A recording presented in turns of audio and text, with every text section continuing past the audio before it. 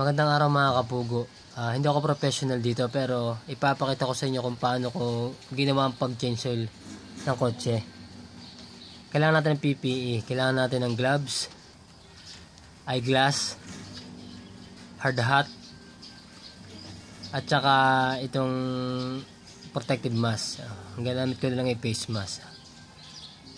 Ito, na-start ko na to ng 5 minuto tapos pinalamig ko ulit bago ko i-change oil. Nilagyan ko ng jack kabilaan dahil hindi pantay yung lupa. Para pagpantay siya, mas lumabas yung langis. Jakan natin sa gilid. 2 gilid, ginakan ko yan.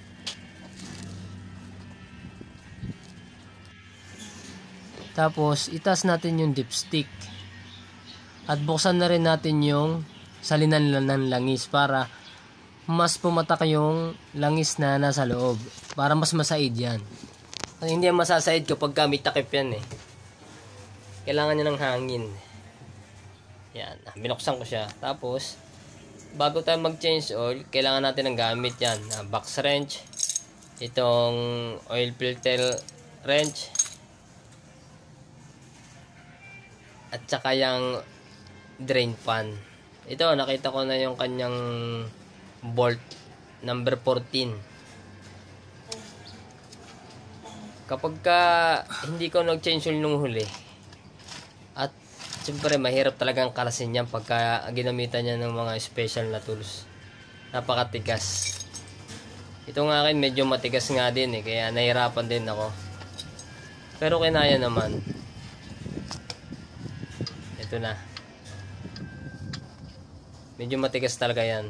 Kasi kailangan masikip para hindi tumagas yung langis. Kaya nyo rin to. Kakabahan lang kayo sa una.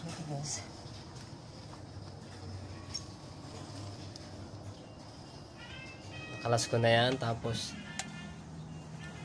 ginamitan ko lang ng daliri ng pagtanggal para mas okay. Lalabas na yung langis nito. Dapat ready yung drain pan nyo. Dahil malakas yan.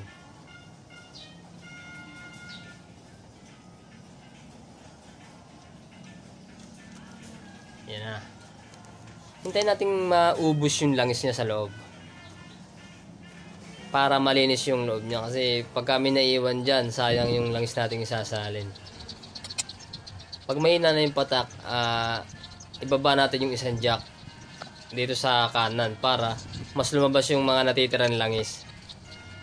Mamaya papatak ng lahat yan.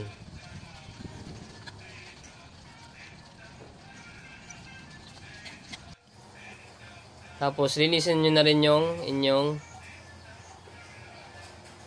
bolt na panlagay sa takip ng langis. Yan. Para walang mga alikabok. Ay, pasok na natin. Gamitan nyo muna ng kamay. Baka minsan sumasala yan sa roskas. Tapos bigla nyong pihitin. Masisira yung roskas nyan. Mas malaking gastos. Kaya pagtiyagaan nyo muna na pihitin ng kamay. At matry natin kung tama. Tama yung pantay, tuwid, yung bolt. Kapag tagilid dyan, ako masisira yan. Saka natin pihitin itong tools para medyo mas maigpit-higpit naman. Para sa next mong paggagawa, sa susunod mong pag-change oil, alam mo na kung anong pwersa ibibigay mo. Hindi masyadong mahigpit. Dahil ko nga yung naggawa ngayon. Kaya nyo rin to kasi sobrang mahal na ngayon ng ng labor. Makakatipid din naman kayo dito. Basta tama lang yung ating gagawin. Punasan na natin para malaman natin kung may leak mamaya. Tapos hanapin nyo yung itong oil filter. Madali lang, katabi lang yan ng ating kinalas na bolt kanina.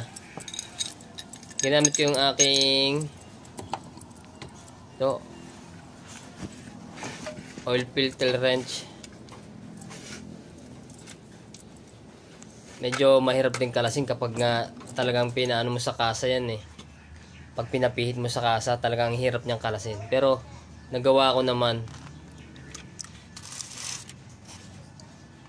Ito, pihitin nyo lang, lalabas na yung lahat.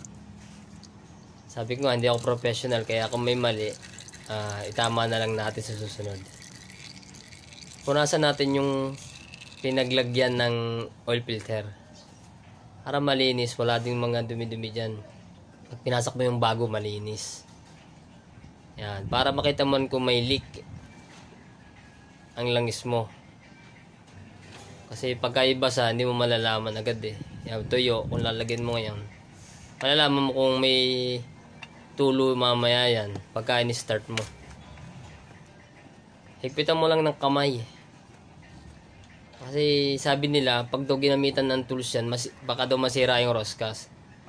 Magandang makinig na nga rin sa iba para hindi tayo mapahamak. Kahit pa paano, malaking tulong talaga din ang panonood ng ibang video. Yan, nilaksan ko yung aking pwersa para naman magsigip. At least hindi siya makakalas. Pwede na tayo magsalin ng langis. Dahan-dahan lang. Huwag niyong lalahatin agad dahil baka over yung ating paglalagay. Mas masisira yung ating sasakyan. Konti lang. Gagamit tayo ng dipstick kapag marami-rami tayo na isalin.